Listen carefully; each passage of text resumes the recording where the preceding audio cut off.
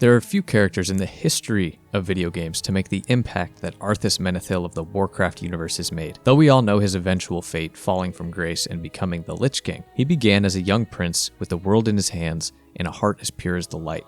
And his legacy in Warcraft is just undeniable. Welcome everyone to the first ever Heropedia entry here on the channel. I know we've done our fair share of villains, but now it's finally time to peek over to the other side of the fence to some more noble fellas, or in Arthas' case, a briefly noble fella. In this video, we'll cover up to the point where I believe Arthas fell from grace for good and was no longer worthy of the title hero. So definitely an interesting first entry here. And there will be a part 2, and you guessed it, that's going to be a Villainpedia. I will say, however, that modern Blizzard kind of have a habit of digging up some of these old favorite characters and retconning things, adding extra context, unfortunate things like that. But this video right here is going to mainly focus on what I believe to be the original vision of Arthas from Warcraft 3 and a little bit of his story before then. So sit back, get some snack, get some water, and relax. And before we fully dive in, make sure that if you like the video, you like it down below, and subscribe if you want to see more videos that are just like this one right here. With any hero from any medium really, we must look at where they came from and the ideals that were instilled in them at a young age. For Arthas, he was born with a silver spoon in his hand as the crown prince of the kingdom of Lordaeron. His father, Arthas Menethil II, and mother Leanne were loved by their subjects and noble friends alike.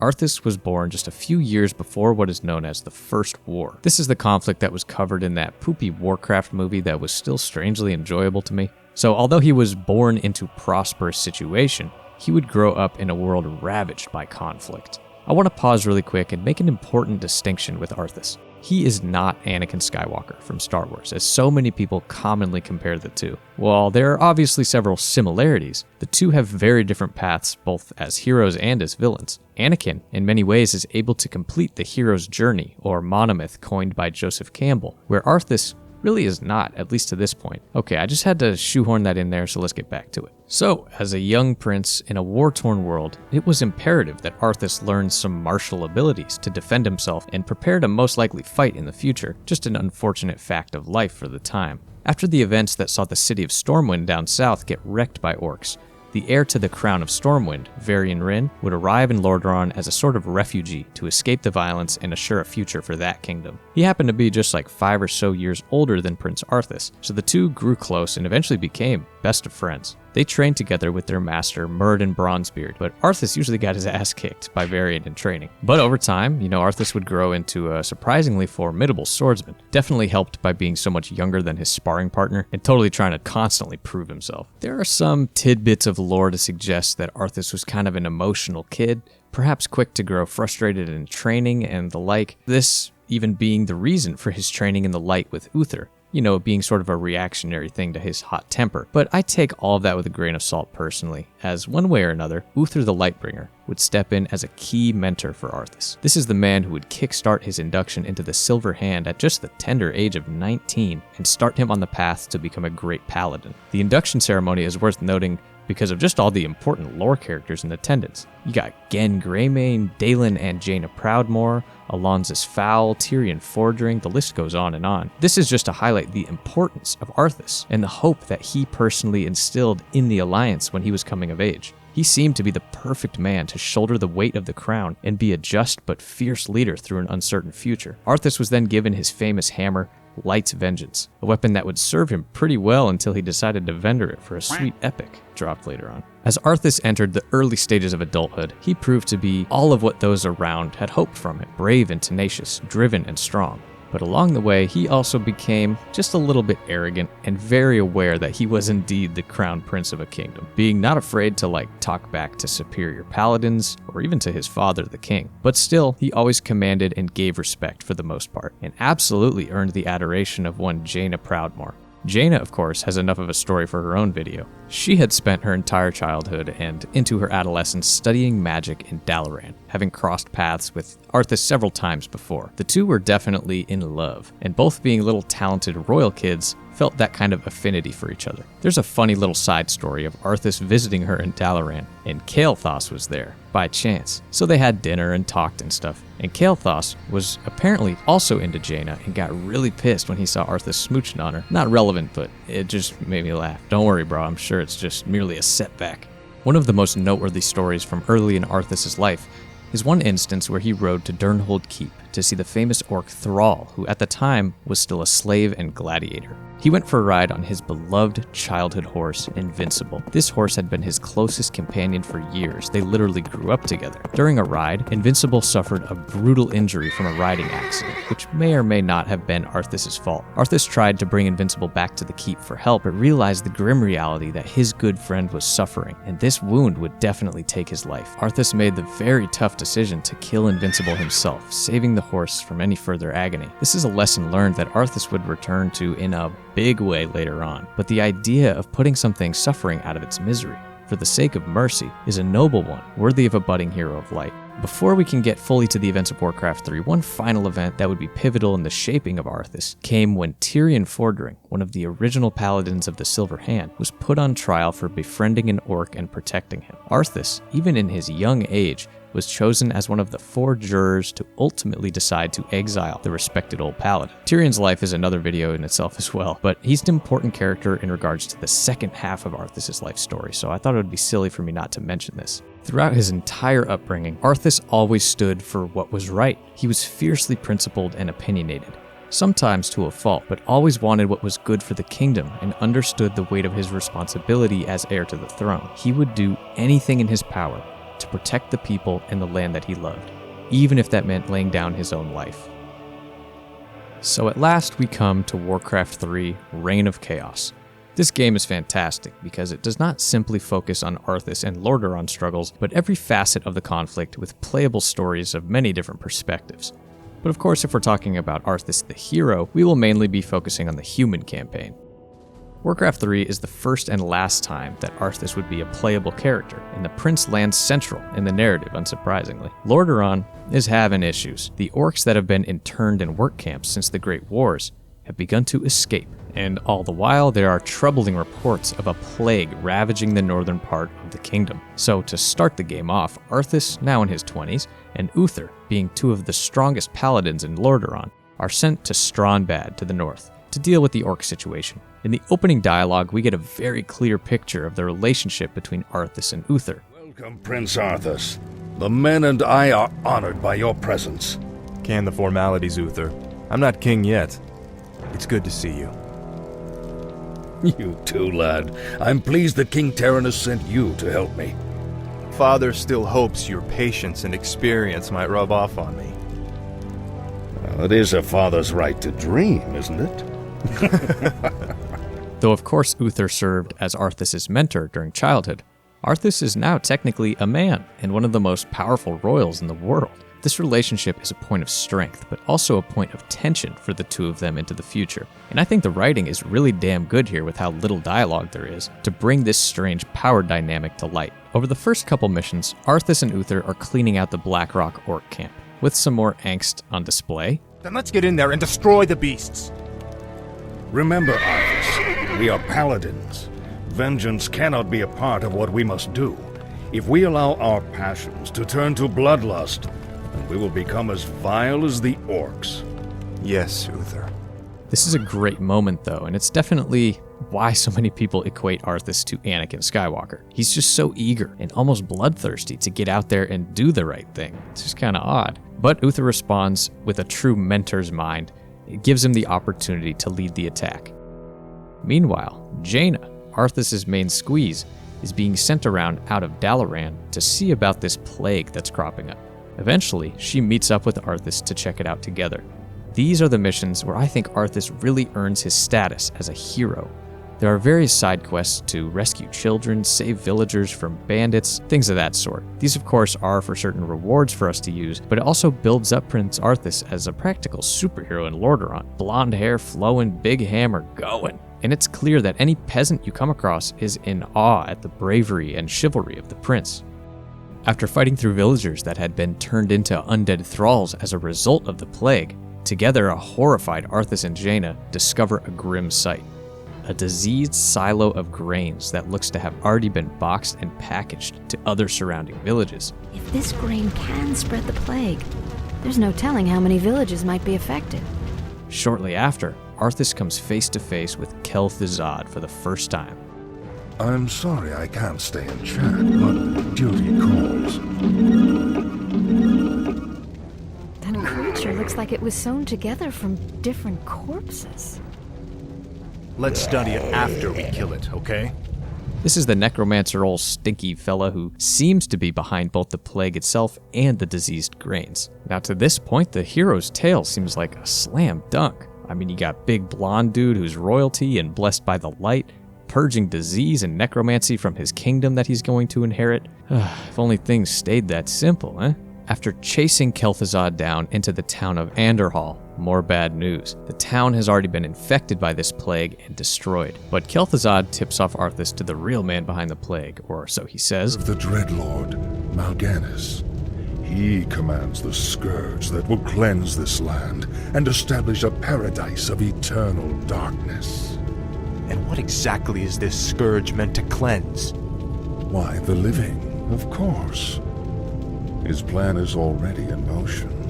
Seek him out at Stratholme if you need further proof. But it seems as though the diseased grain has already been distributed to multiple villages within the kingdom. This is just not good at all, and you can really sense Arthas' growing frustration. His strength in battle and the command over his men is not enough. He is always one step behind the issue. What did those crates contain? Just a grain shipment from Anderhall. There's no need to worry, my lord. It's already been distributed amongst the villagers. Oh no. The plague was never meant to simply kill my people. It was meant to turn them into the undead.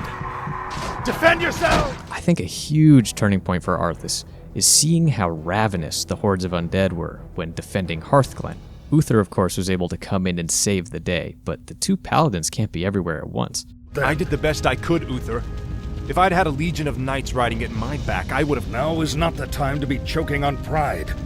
I mean, from here, we see the frustration in the prince boil over into rage toward Mal'Ganis and desperation to really end this threat here and now. Then we should strike at their leader. I'll go to Stratholme and kill Mal'Ganis myself if I have to. Easy, lad. Brave as you are, you can't hope to defeat a man who commands the dead all by yourself. Then feel free to tag along, Uther. I'm going, with or without you. On the road to Stratholme, Arthas has a chance encounter with the mysterious prophet, who is actually Medivh, of course. He warns Arthas that the land is lost and he should flee across the sea if he means to defend his people. Arthas says, "No, you crazy old turd, I'll defend them here," and heads on down the road. But I think the prophet knew that Arthas only ever had pure intentions, so just a nice little scene before perhaps the biggest shift in all of Arthas' life and an event that would change our hero permanently. Glad you could make it, Uther. Watch your tone with me, boy. You may be the prince, but I'm still your superior as a paladin. As if I could forget. Listen, Uther. There's something about the plague you should know. Oh no. We're too late. These people have all been infected. They may look fine now, but it's just a matter of time before they turn into the undead. What? This entire city must be purged. How can you even consider that? There's got to be some other way.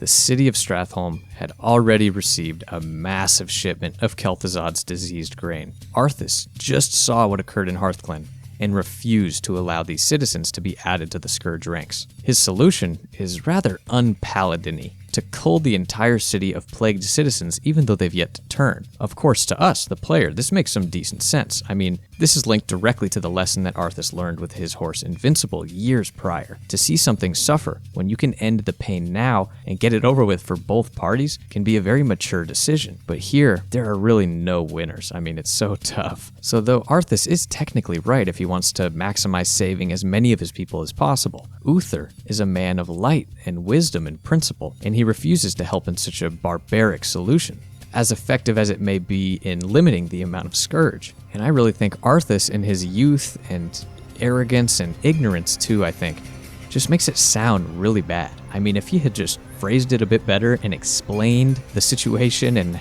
how he saw them turn in Hearthglen and just not bully Uther so hard about it, maybe he would have understood. Just pretty bad management there, buddy. But I do think that this is probably the most morally gray moment in like all of Warcraft. Nothing, and I mean nothing, could fully prepare Arthas or anyone really for this, but he definitely did what he felt was the right and heroic thing to do, difficult as it may be. This is really what sacrifice is kind of all about. I mean, there is no way in hell Arthas enjoyed doing this for one moment. This broke him, literally, to strike down his own people out of necessity. And I think it's also what opened him up to fully embrace this idea that he must sacrifice everything, even himself, to destroy the Scourge. It's also, honestly, a hell of a thing to have his oldest mentor and the love of his life literally walk out on him in what's so obviously the hardest moment and decision of the prince's entire life. I would have expected Uther to be a little more direct in stopping Arthas, even if it got him into trouble with the royal family or the Silver Hand.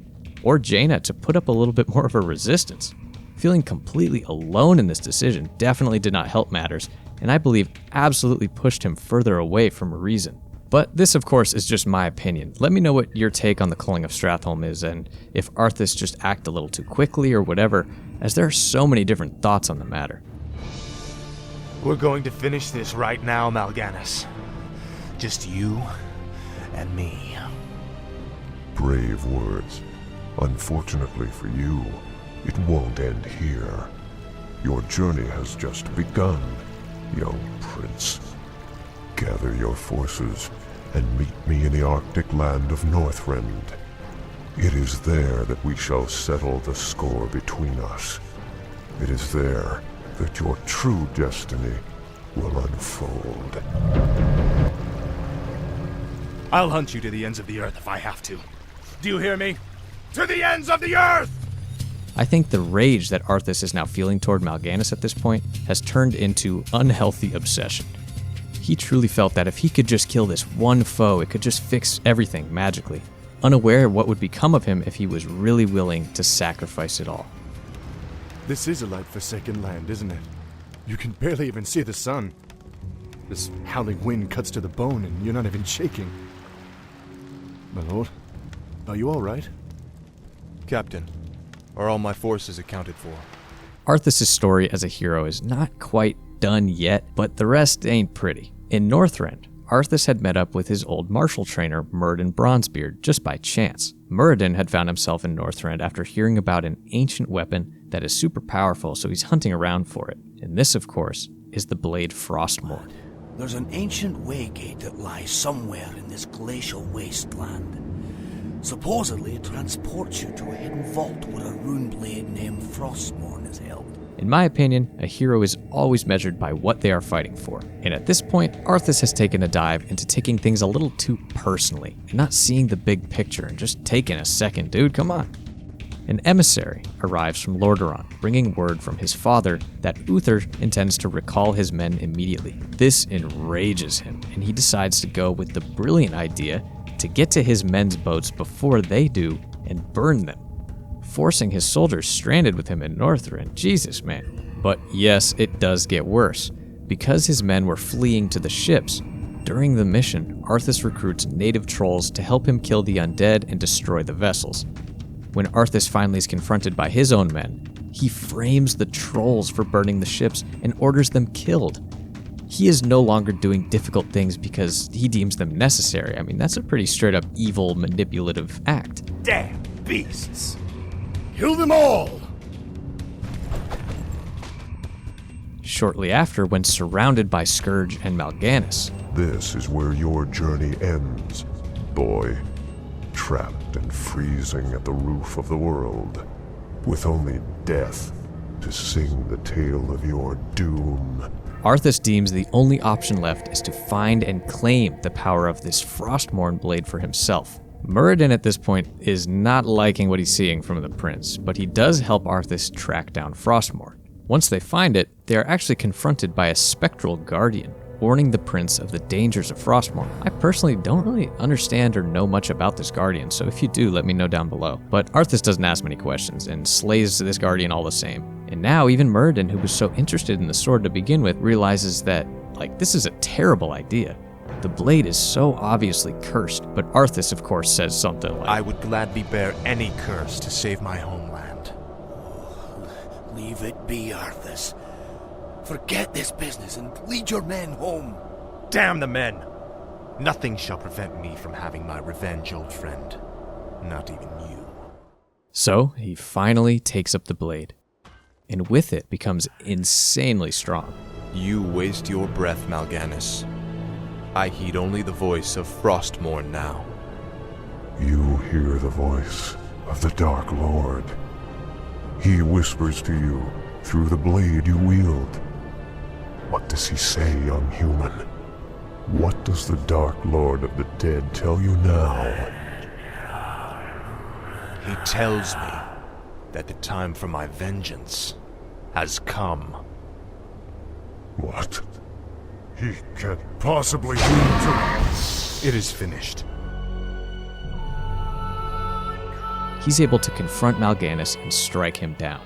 His tale of vengeance seemingly complete, but after doing so, wandered Northrend for some time, the whispers from this cursed blade driving him fully to insanity. Out there in the ice and snow, Arthas was lost, the last shreds of himself being taken over by the will of the sword. And although he has not yet turned into the Lich King, his story as a hero ends right here.